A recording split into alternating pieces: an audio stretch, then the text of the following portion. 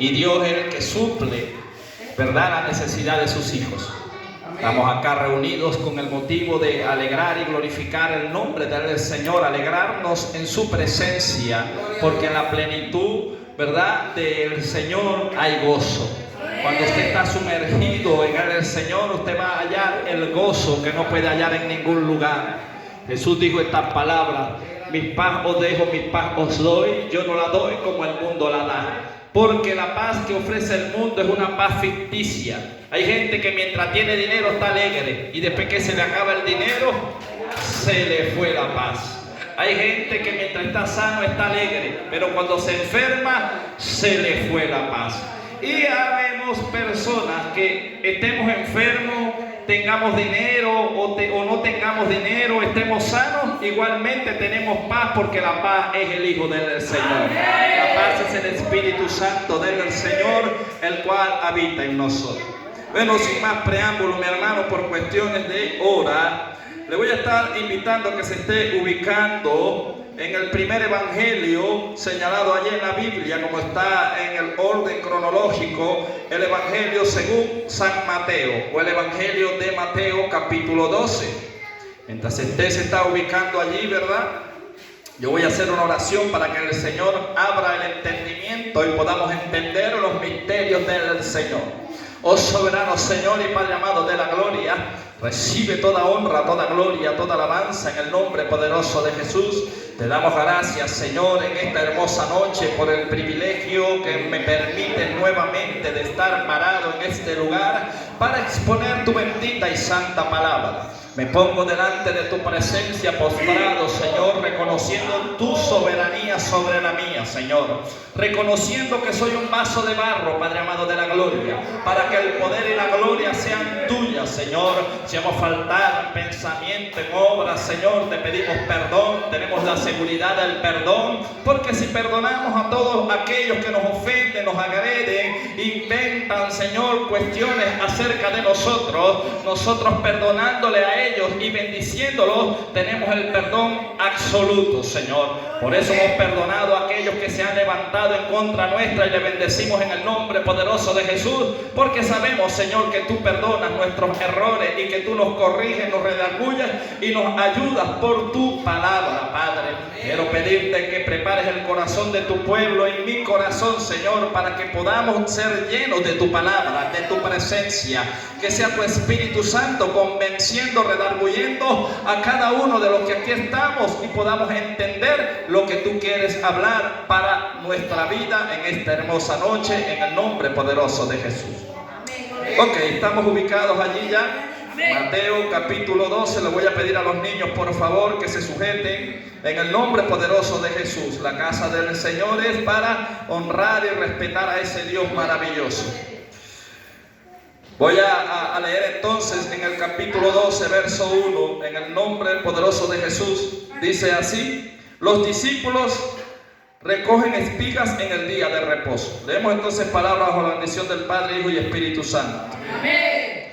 En aquel tiempo iba Jesús por los sembrados en un día de reposo, y sus discípulos tuvieron hambre y comenzaron a arrancar espigas y a comer. Y viéndolo los fariseos le dijeron: he aquí tus discípulos hacen lo que no es lícito hacer en el día de reposo. Ya oramos por la palabra, ya oramos por el mensaje. Puede tomar asiento, hermano. Lo que le voy a pedir es que no se me distraiga en el nombre poderoso de Jesús. Siempre antes de empezar una disertación de algún mensaje, sea estudio bíblico, predicación o corta meditación, lo más importante es que usted preste atención a la palabra del Señor. El Señor siempre nos va a hablar, ¿verdad?, por medio de su palabra. Y lo que podemos notar aquí, hermano, es que es Jesús. Dice que los discípulos andaban con Jesús. Cuando hablamos de la palabra discípulo, ¿qué encierra la palabra discípulo? Significa alumno. Y cuando hablamos de un alumno, nosotros estamos viendo que son personas que están aprendiendo. Usted y yo somos discípulos de ese mismo Jesús. Por eso es que todavía estamos aprendiendo. A usted va o lo lleva a lo natural, lo lleva a una aula de clase, usted va a tener allí varios tipos de discípulos. Cuando nosotros llegamos al Señor y somos nuevos creyentes, puede decirse que somos como que estamos en kinder, estamos rayando con creyones, quizás somos un poco inquietos, somos un poco irreverentes, quizás, ¿verdad?, somos niños en la manera de comportarnos, pero a medida que vamos caminando en el Señor y que van pasando los desiertos, las pruebas, las dificultades, nosotros vamos siendo aprobados por ese Dios maravilloso y vamos escalando un peldaño más. Gloria a Dios. El apóstol Pablo dijo: cuando era niño hablaba como niño, me comportaba como niño, pero ahora que somos adultos ya andamos como personas adultas en el Señor. Ahora un niño no puede aconsejar, porque un niño está para ser más bien corregido y para aprender. Yo no sé en qué etapa del camino del Señor se encuentra usted, pero Dios sí sabe en qué nivel está usted, y Dios le va a dar conforme a la necesidad que usted tenga. Gloria a Dios. Es tremendo, hermano, es tremendo cuando nosotros vemos, dice que Jesús al principio, cuando Él vino, Él fue en busca de 12 hombres que tenían un llamado al apostolado. Jesús sabía que uno le vendería, pero los otros 11 hombres necesitaban ser formados por ese Dios maravilloso, como lo es usted y como soy yo. Nosotros estamos siendo formados por Jesús, por el mejor maestro. Y Jesús, después que fue y subió al Padre, antes de ir dijo: no los dejaré solos, os daré el Espíritu Santo del Señor, el Consolador, el cual los guiará a toda verdad. Gloria a Dios. Hoy en día usted y yo tenemos la morada, ¿verdad?, acá, y el Espíritu Santo habita en nosotros. Solo que nosotros no debemos contristar ese poder maravilloso que Dios nos ha dado, que es su Espíritu por medio de la palabra. Ahora veamos y notamos algo.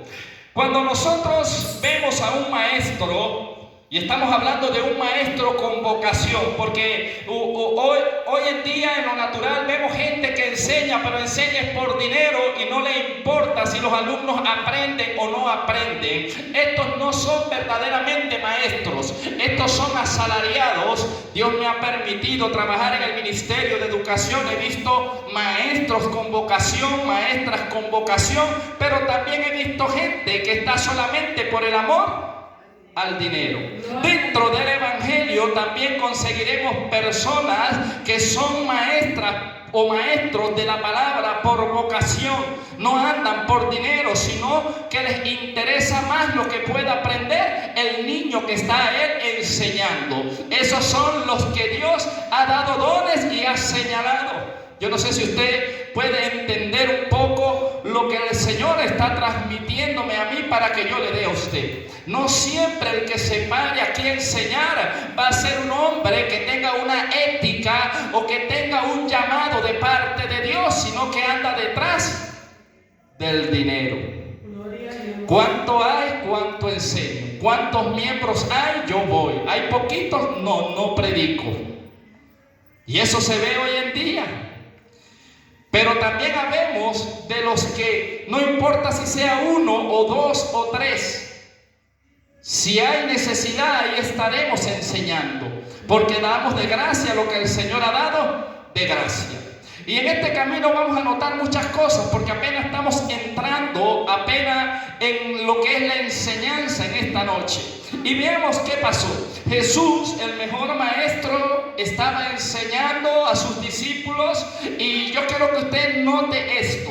Siempre el que verdaderamente está puesto por Dios para enseñarlo, lo va a defender de aquellos que no quieren que usted aprenda. Había gente que estaba molesta porque Jesús andaba con 12 hombres y Jesús les estaba enseñando. Había gente que se creía superior a Jesús. Yo no sé si usted está entendiendo esto, pero había gente desotana, gente que se veía por encima del mismo Dios y que por sus tradiciones invalidaban los mandamientos de Dios. Gente que se creía sabia en su propio conocimiento, gente que no entraba, pero tampoco dejaba entrar a los demás, porque ponían sus propias normas y sus propias reglas. Gloria a Dios. Qué tremendo, ¿verdad? Yo creo que ya te está entendiendo y vamos a leer para que vea que todo viene por la palabra. Dice que en aquel tiempo iba Jesús por los sembrados en un día de reposo. Y sus discípulos tuvieron hambre y comenzaron a arrancar espigas y a comer. Nótese esto. Dice que Jesús andaba con sus discípulos y andaban por un sembradío. Y ellos tuvieron hambre y ellos empezaron a arrancar espigas y a comer. Pero el problema no fue tanto que arrancaran las espigas, aunque cuando leamos ahorita vamos a entender algo. El problema era que era un día de reposo. Y yo no sé por qué, porque son misterios, pero hay gente que malinterpreta la palabra del Señor. Dice que Jesús vino a que Jesús quebrantó la ley. En ese momento estamos hablando de estos hombres de sotana. Decían la ley en Moisés que el día de reposo no se podía trabajar, pero era trabajar en lo secular, porque era el día del Señor. Ahora el día domingo, porque el día del Señor era el sábado en ese día, si era el día del Señor, lo que el Señor estaba diciendo era que era un día para que se dedicaran completamente a Él, porque los otros días tenían labores. Pero ellos malinterpretaron y decían que no se podía hacer nada ese día. Y Jesús la mayoría de los milagros que hizo, lo hizo en el día de reposo. Era algo contradictorio para ellos porque ellos chocaban con la piedra angular. Ellos chocaban con el verbo. Y Jesús les decía: ustedes invalidáis los mandamientos de mi Padre por vuestras tradiciones. Porque para ellos no era pecado trabajar en las cosas de ellos, pero en las cosas del templo le era pecado a ellos. Y veamos y notemos aquí qué es lo que está diciendo la palabra y quiénes eran estos. Jesús tendría que defender a sus discípulos, a los más pequeños. Hoy en día Jesús sigue defendiendo a sus discípulos y a los más pequeños. Vea esto. El 2 dice: viéndolo quién, los fariseos le dijeron: he aquí tus discípulos hacen lo que no es lícito hacer en el día de reposo. Cuando hablamos de escribas y de fariseos, estamos hablando de sacerdotes antes de Jesús. En el orden de Levi, aquellos hombres que creían y eran los que tenían la autoridad, según ellos, para agarrar y apedrar a los demás. Por eso usted va a notar que en el camino en que Jesús caminó, siempre tuvo encuentro con estas personas. Pero vemos un Jesús que vino a los suyos, pero los suyos no le recibieron. Mas todos los que le recibieron le dio la potestad de ser hechos hijos de Dios. Jesús siempre habló con amor cuando venían a arremeter contra un pueblo desprotegido, y nosotros notamos en los profetas mayores que hablaba de que todos aquellos hombres que eran como pastores tenían las ovejas dispersas porque ellos hacían mercadería de lo que era de la casa de Dios. Por eso vemos a un Jesús dentro del templo que volteó las canastas cuando estaban vendiendo, airado, porque le dijo: ustedes son ladrones, habéis convertido la casa de mi Padre en casa de ladrones. ¿Quién vive, hermano? Y vemos a un Jesús confrontando ¿a quién? A un régimen o un poderío que estaba en ese entonces, y ellos se pagaban y se daban el vuelto. Los que ellos señalaban eran muertos a pedrada, y nosotros vemos también un pasaje muy conocido. Dice que a Jesús lo perseguían los escribas y los fariseos porque buscando dónde fallaba para tentarlo y para derribarlo. Hoy en día los verdaderos ministros de Dios estamos siendo perseguidos. ¿Sabe por quién? Por estos espíritus que se han metido en gente que andan viendo dónde usted falla para derribarlo. Esos son fariseos y escribas, no de aquel entonces, sino de este entonces. ¿Usted cree que nadie le está viendo? Juan el Bautista bautizaba Y dice que los escribas y los fariseos enviaban personas, y cuando eran confrontados por Juan, Juan le preguntaba y ellos le decían: ¿eres tú el Cristo? ¿Eres tú profeta? Le decían a Juan el Bautista, y él le decía: no, yo no soy el Cristo, yo solamente bautizo en agua, pero el que viene detrás de mí bautiza en Espíritu Santo y fuego. ¿Quién los mandó a ustedes, cuerda de víboras? Escuche bien el lenguaje: cuerda de víboras, a escapar de la ira venidera. ¿Quién os ha mandado? Vayan y llévenle recado a esos que han mandado a vigilar, los que trabajan en el reino. Vean qué tremendo, hermano. Y vemos a un Jesús también confrontando personas con sotana, y le decía: ustedes están vestidos por fuera con vestiduras largas y blancas, pero por dentro estáis llenos de gusanos. Sepulcro abierto. Gente que vivía señalando, y Jesús decía: no señaléis para que no seáis señalados, no juzguéis para que no seáis juzgados, pues hay uno solo, Dios. Alabanzas al que vive. Y usted quiere ver a Jesús molesto, que se le metan con uno de sus pequeñitos, que se le metan con una de sus ovejitas. Un Jesús defensor de su pueblo. Hoy en día Jesús sigue defendiendo sus iglesias, sigue defendiendo su pueblo. Ahora notemos esto. Dice que los fariseos vieron y vinieron a decirle a Jesús: tus discípulos. O sea, identificaron a estos hombres como los discípulos de Jesús. Dice que le dijeron, viéndolo los fariseos le dijeron: he aquí tus discípulos hacen lo que no es lícito hacer en el día de reposo. Ve que están peleando es por el día de reposo. Ahora Jesús es el día de reposo. Luego dice el 3, pero les dijo. ¿Quién les dijo? Jesús. Vea lo que Jesús dijo: ¿no habéis leído lo que hizo David cuando él y los que con él estaban tuvieron hambre? Cómo entró en la casa de Dios y comió los panes de la proposición, que no les era lícito comer ni a él ni a los que con él estaban, sino solamente a los sacerdotes. Yo no sé si usted está entendiendo. Y David estaba en el tiempo de la ley.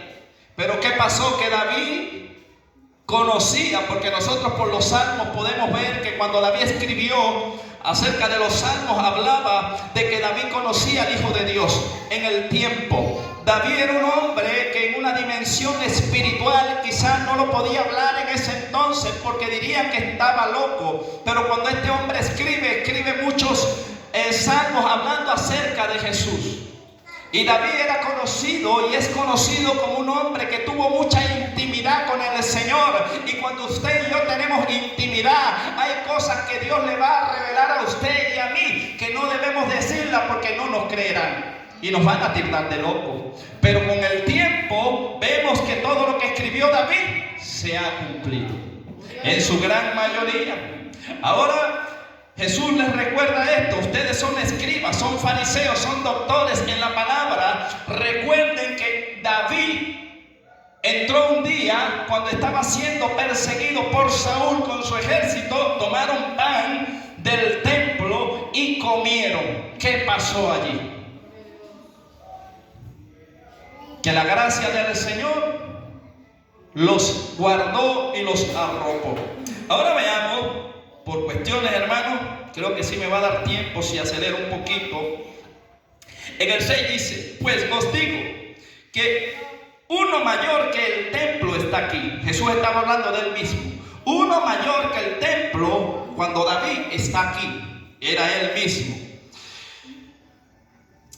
Y dice: y si supieses qué significa misericordia quiero y no sacrificio, no condenarías a los inocentes. Allí está el misterio. Ahí está todo lo que encierra la palabra que Jesús les estaba hablando. Jesús les dijo: el problema con ustedes, porque Jesús es tremendo, Jesús sabe cómo decirnos perros sin ofendernos, nos enseña el hueso. A la mujer samaritana le dijo: 5 maridos has tenido y el que ahora tienes tampoco es tuyo. La llamó una mujer alegre, pues.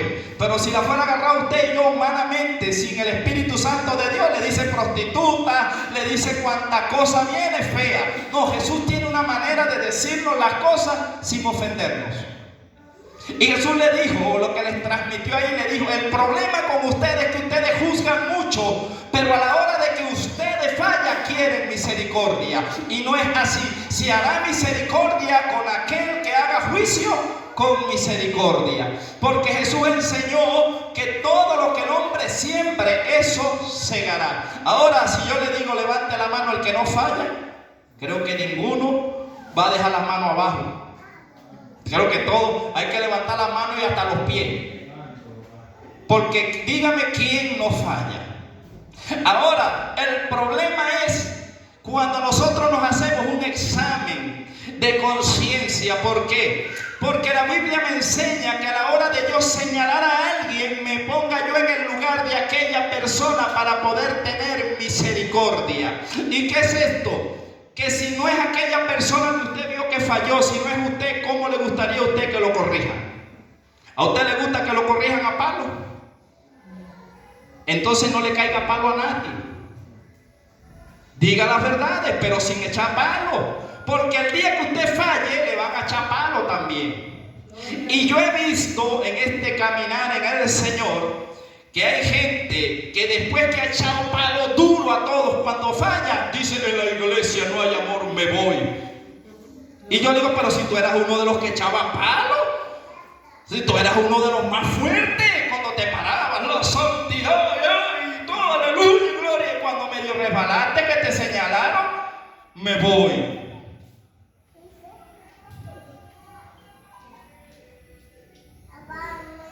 Esa es la pregunta que debemos hacernos.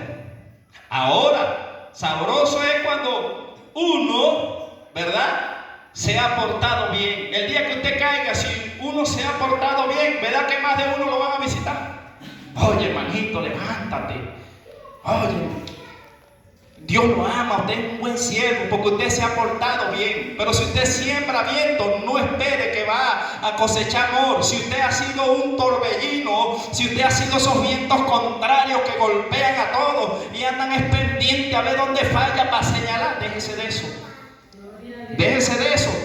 Más bien preocúpese por usted mismo, de que no le falle al Señor, aunque le va a fallar, pero enfóquese en usted para que pueda vivir una vida grata a Dios, porque Dios tiene su Espíritu Santo y los ojos del Señor están en todo lugar. Dios no necesita vigilantes, Dios no necesita gente que ande indagando y viendo qué usted hace, porque a Dios todo le es manifiesto. Gloria a Dios. Pero hoy en día vemos por la apostasía y por los tiempos que pareciera que somos famosos, parecemos actores de cine que no tienen vida propia. Usted ve un actor de eso y se sienta y están miles de camarógrafos y esa gente, yo digo que no tiene vida. Hoy en día el que predica o el que ministra también anda igual y uno tiene que andar caminando y hasta si no tiene una cuestión para acusarlo se la inventan. Si no tienen algún motivo, se lo buscan. Y uno dice: oye, pero uno queda admirado verdaderamente. Y ahora la pregunta es: si viene Cristo y nos consigue señalando a alguien, ¿será que nos vamos? No nos podemos ir, hermano. Otra cosa es que yo vea a mi hermano fallar, yo me acerco a él con amor, con misericordia. Hermanito, la palabra dice esto. Yo creo que no estás haciendo